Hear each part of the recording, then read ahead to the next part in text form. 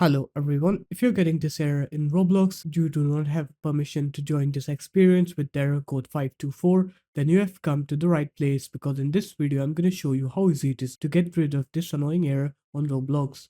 So first of all, what you're going to do is you're going to open up your web browser, you're going to go on to roblox.com, and then you're going to go into this Roblox settings at the top right corner of the page.